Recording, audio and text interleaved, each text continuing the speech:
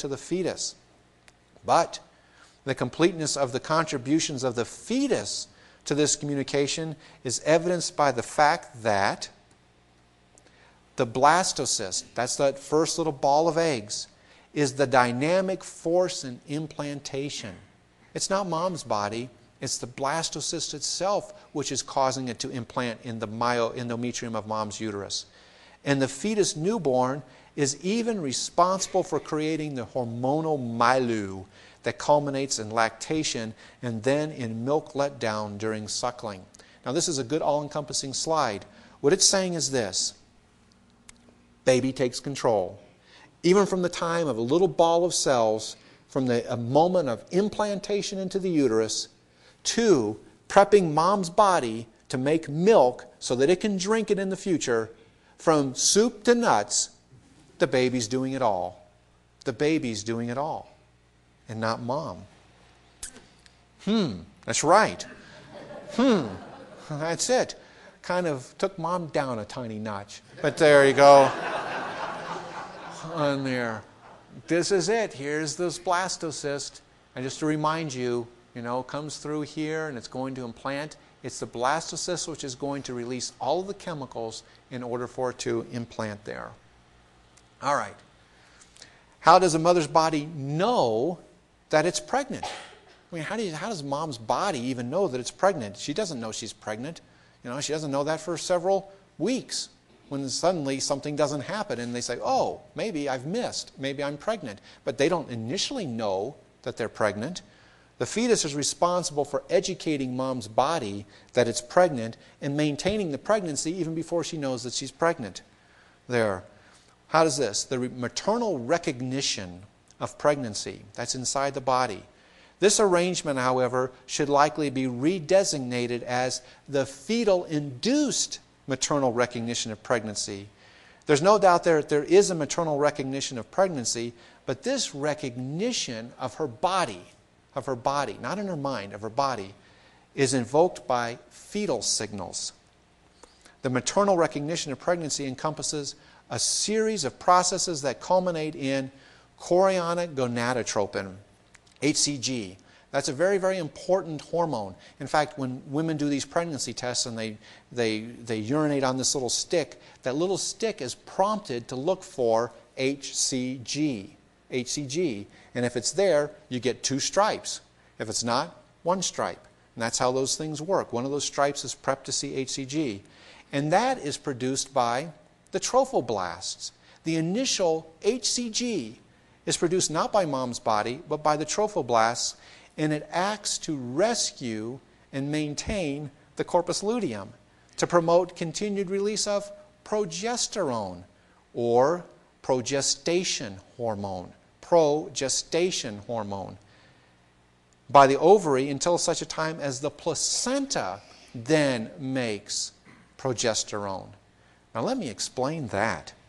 Whew, that's kind of tough. Here it is. Here's a little egg. Starts sometime during the first day of the cycle, begins to develop,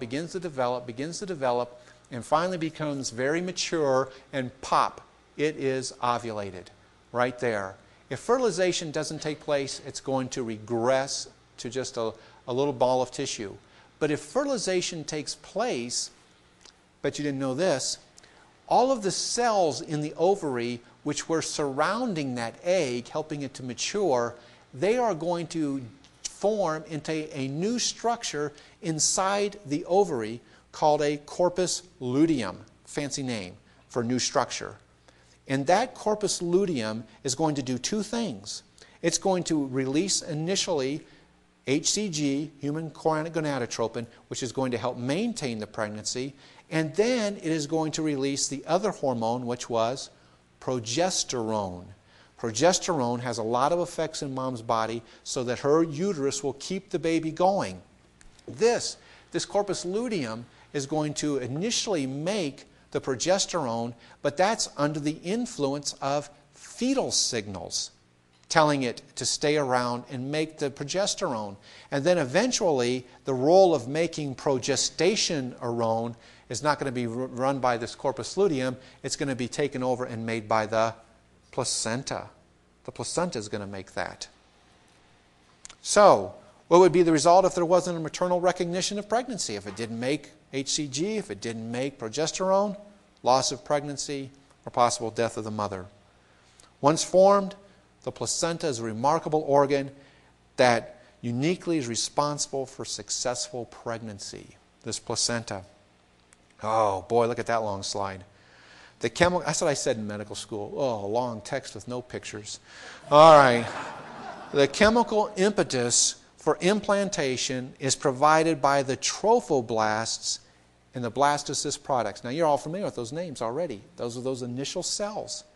Invasion of the maternal endometrium and blood vessels is under the active direction of bioactive products synthesized in the trophoblasts, and the maternal recognition of pregnancy is brought about by signals generated by those on the ovary.